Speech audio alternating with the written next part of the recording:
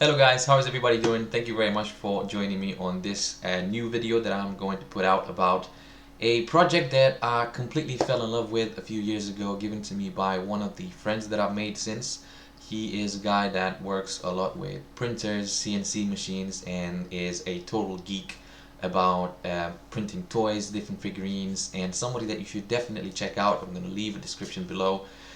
He basically wanted me to do a reproduction of a Dacian Wolf, which is a sort of like howling instrument that our ancestors in Romania used to, fling around while going in battle against the Romans, and it was supposed to be making this sort of dreadful noise that apparently made Romans flee away or stuff like that. Don't need to believe all of that, but here's the images that he gave me, and I completely fell in love with the design. I thought it was a great idea. However, I could not continue and start working on this project without deciding that I'm going to try and improve it, modernize it, and obviously put my own spin on it. For this video, I'm going to go a little bit more into depth and see if you guys appreciate that a little bit more. So as opposed to just saying what I'm doing, I'm actually going to show you at the same time as well. So let's go. Alright guys, so here's the here's 1D initial stages of the model. I think this is where our first time lapse finishes. This model is probably something I've spent between 5 to 10 hours on. There's quite a lot of work left on it, but you can already see that the model itself is coming together. Like we've got that strong resemblance with the initial concept that the artist wanted me to work after. But the major changes that you'll see are around the face of the guy. So I just felt like this guy looked a little bit goofy, a little bit so I just made a few changes on it just to make it appear a little bit more modern and appeal more to my kind of style. The way I started is I think I just created a cylinder, and then I just started extending it, mushing it this way, that way, this way, that way, until it came out to that shape. And you can see that I've started working from the front to the back. As you can see, the tail has got very few details on it, and as further away you move from it, the details become more and more defined, because obviously the head is the main piece of the model. So I'm just gonna start making a few details on this particular area. Actually, let's just do this one because it looks a little bit more interesting. So we're gonna try to make this look a little bit more like that. So one of the few things, guys, that I do even before I start sculpting is going onto my onto my clay buildup, and I go here and I activate backface masking. This is important when you have things like these in your model. So let me just exemplify. Without backface masking, if you do that to your model, it's going to start eating out of the back, and you don't really want that. So enabling backface masking will prevent that from happening at any stage. And it does the same thing for trim dynamic, activate backface, soft polish, activate backface, and hard polish, activate backface mask. Now the backface masking you'll find if you go into brush, auto masking, and backface masking. Now if you want to get that button away and add it to your interface the same way I did it, what you have to do is you have to go to preferences, config, enable customize, and from here you go to the palette, you click Control Alt, and you can just pick that up and put it wherever you want. Now I don't want to do that now because I've already got my own interface. I'm going to remove that bad boy. If you're happy with where you placed your button, you can just untick that and then store configuration, and that is going to store any other button that you put on your screen at any time you open ZBrush afterwards. Remember that. Now let's start going over this guy and making some details. So I've got all my brushes that I normally use all the time with backface masking active. That's one of the things I do. Now second thing, I go into my clay buildup brush, and I want you to pay attention to what happens to the brush alpha. So if I go over the model with the clay buildup one time, you'll see it leaves a lot of artifacting, and it leaves behind a lot of noise that I don't really want, because that is basically just going to cost me a lot more work in terms of softening up. So in order to fix that, I've got a few buttons over here called blur and radio fade. Now you're going to find those in alpha, modify. You're going to have it here, blur and radial fade over there. So I just basically pick those up and put them there with the same technique that I've shown you before. Now I crank up blur to 10, and now watch the alpha and what happens to it. So I put it to 10, boom, instantly a little bit more fuzzy. And with the radial fade I go to about 10 as well. So 0 radial fade, 0 blur. This is what comes out. Really harsh, really powerful. But if we go 10 and we go 10 again, we're gonna have something a lot more softer, a lot more smoother, something that you can work with a lot better. So keep that in mind, guys. It's one of my favorite things to do, and it's something that I usually do mostly every time. Now, since we got that set up for us, I need to go over one of the things that I mentioned in one of my previous videos, and that is about how brushes react when you add and when you subtract. So that is really important when you're using brushes such as Dacian Standard and H Polish, because you might not know that they can do some amazing stuff. So, for example, I'm gonna smooth this guy out really powerfully, just so I can illustrate my point. So I've decided that I want to keep this ridge over here, and actually I want to enhance it. So normally you maybe will go with H polish around it and make that a little bit tighter, but as you can see, that takes me a little while. It's kind of, it consumes a little bit of time, and I don't really want to do that, and I want a really quick fix and a really quick solution for that. So I go into my Dacian Standard, and instead of using the brush normally to dig in, I basically press Alt and go over the ridge really nicely, and you see how quickly that changes. And if I just go over it with a little bit of smooth, I instantly got that effect that I would have spent a lot more time using H polish on. Now, if you're not happy with that, you can always go over it with a little bit of H polish, and now it's where the important bit comes around. I've told you that with the H polish, normally, if I would go over this bit of the model, it will basically just carve out that piece. Now, when you've got a ridge on an actual surface and you want to smooth out this area over here, by pressing Alt and polishing, you see it's going to start building the form from underneath it, and it's going to react to that edge, and it's going to try to preserve it. And now that is what you want, and this is the tool that I've used 90% of the sculpture. So having said all of that, let's concentrate on this piece over here, and I'm going to show you how to turn that into something more appealing, like this, for example, or like this, which looks a lot more finished. We're going to use a little bit of inflate brush as well.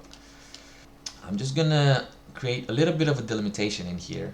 I normally do not use Dacian Standard at 33 intensity. I consider that a little bit too harsh unless you're working for hard surface stuff. So I'm going to put it up to about 50, and I think that's a regular value that I usually use. And I'm just going to go over these a little bit and try to separate that piece a little bit better from everything else. Right? Maybe define that a little bit. And I'm basically following the contours that I've already established in my mesh. I'm trying to keep my strokes as long as possible and be as coordinated and as focused as I possibly can. I don't want to create a lot of artifacting in my mesh. I'm cleaning up the material that's in between, and I think I want to separate these over here. So now you've got a few ways of doing that. You can either go in with clay buildup, and by pressing Alt you'll basically just carve into that shape and create a separation. Now that is going to instantly damage the resolution of your model, so the way you get around that is by dynameshing. Now, another important point, by default I think ZBrush enables this project option. Now what that does is after ZBrush dynameshes your model and changes the whole resolution of it to adapt to new changes that you made to it, it then reprojects the details of the old version of that model onto the dynameshed one.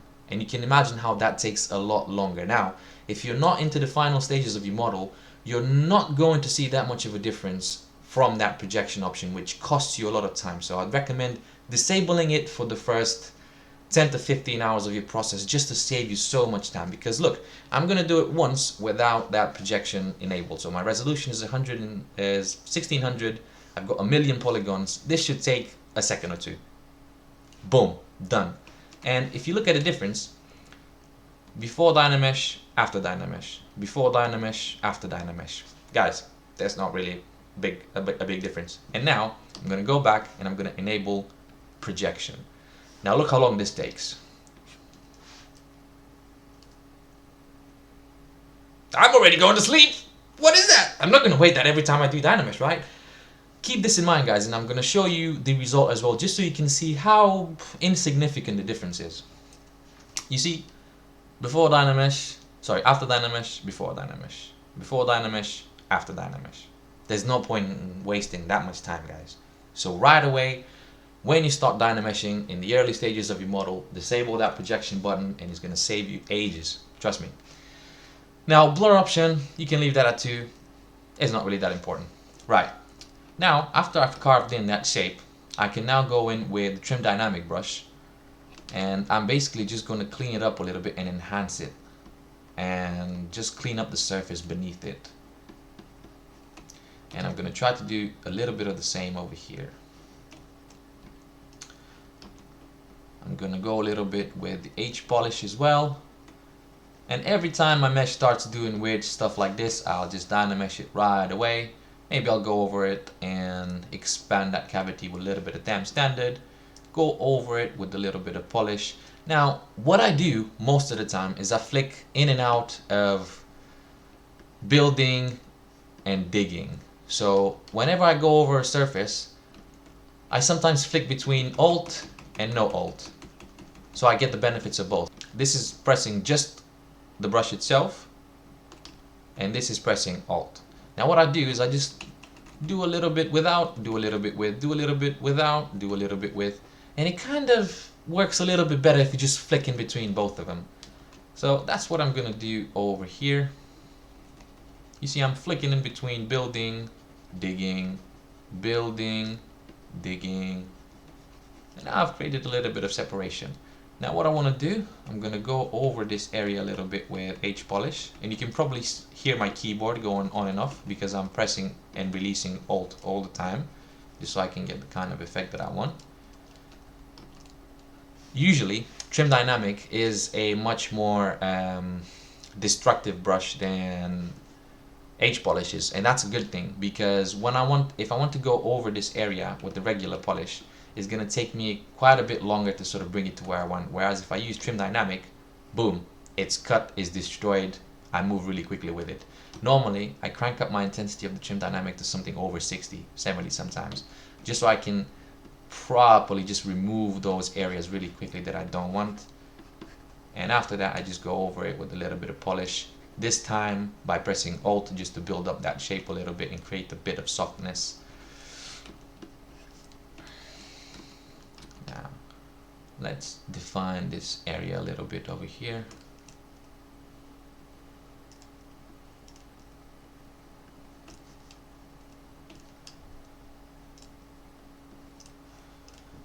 And I'm going to go over it with a little bit of polish. Maybe go over that area a little bit with polish as well. Do some Dacian standard just to bring that back to the same sort of elevation that we have in there.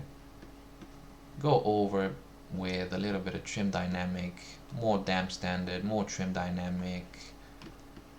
Remove that useless detail in there, trying to bring everything to a more smoother finish. Going over it with a little bit of smooth. You see, guys, I don't use smooth that much. I think smooth is overrated, and it usually destroys detail that you have in there and you sometimes might actually need. So I recommend don't abuse it. I would even go as far as saying avoid it. Now, this is one trick that I use all the time, guys. If you look at this model, you see how this volume over here sort of dips inside instead of just going all the way nicely over here, being a little bit more plump and sort of juicy, if you know what I mean. So, a really neat trick to doing that, instead of going over it with Move Brush, like that, what you can do sometimes, you can activate the back face masking. And it's not going to pull that bit of your model, it's just going to pull this side. So what I want really is I just want to inflate this area. So I'm just going to pull on it.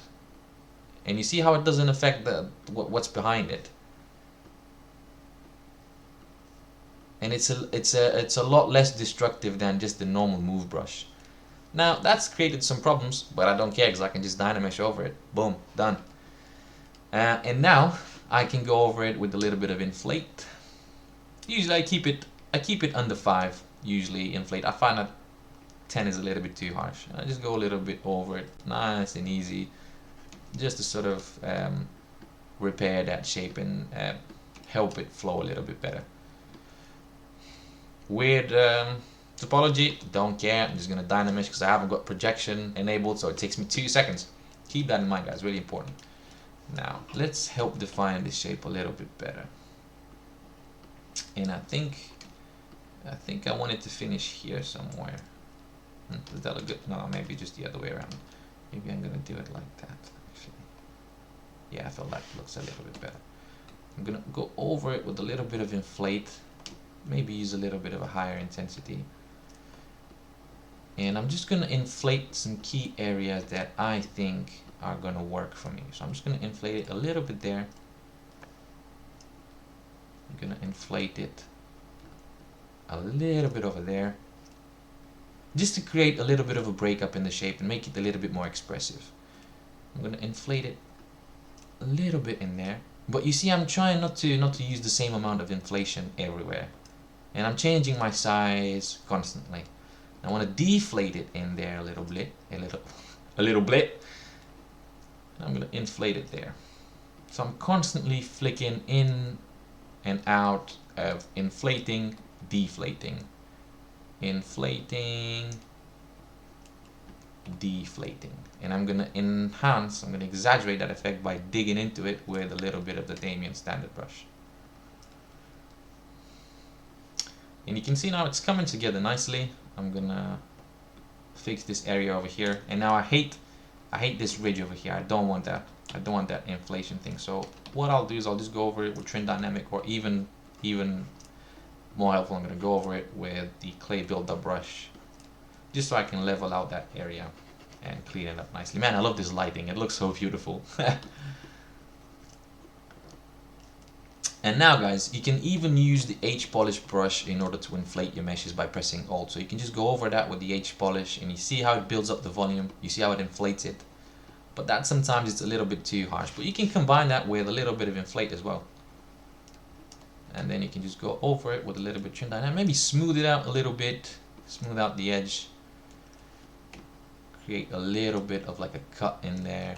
It's all about playing, guys. It's all about having fun and experimenting. As soon as you get comfortable with the tools, guys, I guarantee you're gonna have so much fun inside ZBrush. But you've got to constantly experiment while you're in the beginning. I know that's annoying to hear it when you don't know anything, but literally I'd recommend you just spend your ZBrush beginning just messing around with things, not trying to do anything in particular, but just messing around with brushes and everything.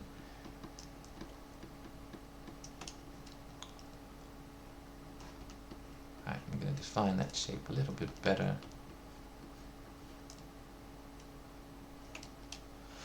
Now, what I would like to do is I'm going to pinch this up a little bit, but I don't want that to follow. So I'm going to mask that out, and I'm going to start pulling on this just so I avoid messing up that little area over there.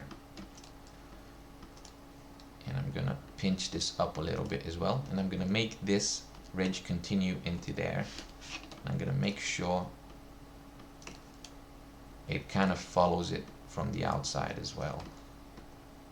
Remove the masking, prepare my angle a little bit, fix these guys a little bit, and now since that is about ready, I'm just going to move into what's around it. And I feel like I want that to hang a little bit like that, so I'm just going to pull it down a little bit. I like that detail in there, so I'm going to leave it there. I'm not going to mess with it. That's really important, guys. When you find something in your model that looks nice, don't mess with it. Just leave it there. It's work that you've done previously. You don't need to go over it and mess it up. Be really careful with the stuff that you do, guys. It's really important. It's really important not to damage things that you've already put in there, because it's work that you're not getting back. Nobody else is going to do it for you. Right. And now I'm getting it to speed. So I'm going to inflate that a little bit over there. I'm going to deflate it on the other side. I'm going to inflate it a little bit in there just to enhance that sort of effect. I'm going to inflate it in there a little bit, deflate it in there, inflate it in there. So I'm sort of alternating between inflating, deflating, depending on the curvature of the model. I'm going to inflate it a little bit in there. I'm going to enhance that separation a little bit.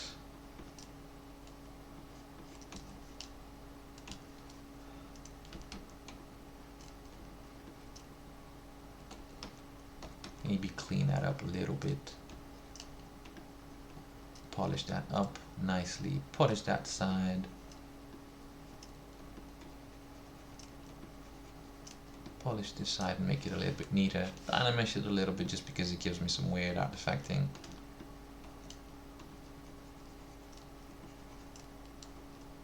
And I think I actually want that to go in.